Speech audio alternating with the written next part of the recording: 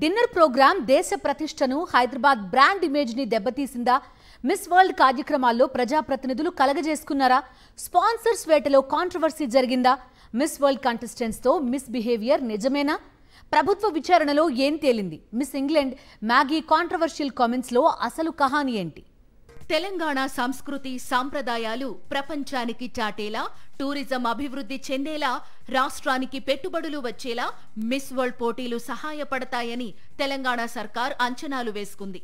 కానీ ఆ అంచనాలు ఇప్పుడు తారుమారు అయ్యాయి. మొదటి నుంచి మిస్ వరల్డ్ పోటీలపై ఏదో ఒక కాంట్రవర్సీ కొనసాగుతూనే ఉంది.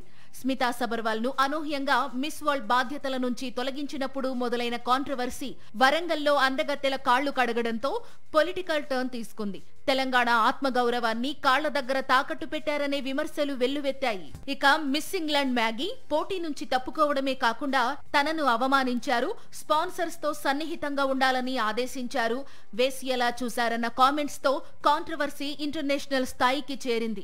మ్యాగీ ఆరోపణల్ని మిస్ వరల్డ్ నిర్వహణ సంస్థ, తెలంగాణ ప్రభుత్వం తీవ్రంగా ఖండించినా అప్పటికే జరగాల్సిన నష్టం జరిగిపోయింది. మిస్ వరల్డ్ పోటీలను ఘనంగా నిర్వహిస్తున్నామని చెప్తున్నా ఈవెంట్ కాంట్రవర్సీ కావడానికి కారణం చౌమల్లా ప్యాలెస్ లో డిన్నర్ ప్రోగ్రాం అనే చర్చ రాజకీయ అధికార వర్గాల్లో జరుగుతోంది. స్పాన్సర్ ను వెతికే ఉద్దేశంతో దాదాపు 200కు పైగా వివిధ రంగాల్లోని ప్రముఖ వ్యక్తులను డిన్నర్ కు ఆహ్వానించింది ప్రభుత్వం. ఇందులో భాగంగానే ఒక్కో టేబుల్ వద్ద 5 లేదా 6 కూర్చునేలా, అందులో 2 కంటెస్టెంట్స్ ఉండేలా ఏర్పాటు చేశారు. డిన్నర్ ప్రోగ్రాంలోనే మిస్ ఇంగ్లాండ్ మ్యాగీతో తప్పుగా ప్రవర్తించారని, అందుకే పోటీల నుంచి తప్పుకున్నట్లు ఆమె చెప్పడంపై అంతర్జాతీయ స్థాయిలో చర్చ జరుగుతోంది.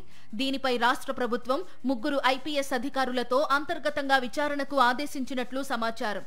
శిఖా గోయల్, రోమా రాజేశ్వరి, సాయి శ్రీలతో కూడిన అధికారుల బృందం మిస్ ఇంగ్లాండ్ మ్యాగీ చేసిన ఆరోపణలపై విచారణ జరిపారని తెలుస్తోంది.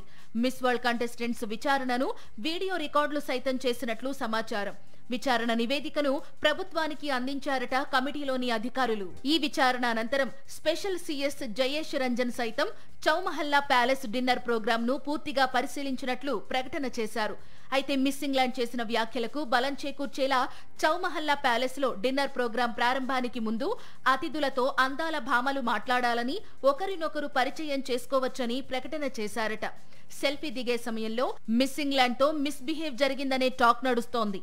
అలాంటిదేమీ జరగలేదని జయేష్ రంజన్ ప్రకటించారు. మొత్తానికి మిస్ వరల్డ్ పోటీల ఏర్పాట్లలో అధికారులు వైఫల్యం చెందారనే విమర్శ మూటగట్టుకున్నారు.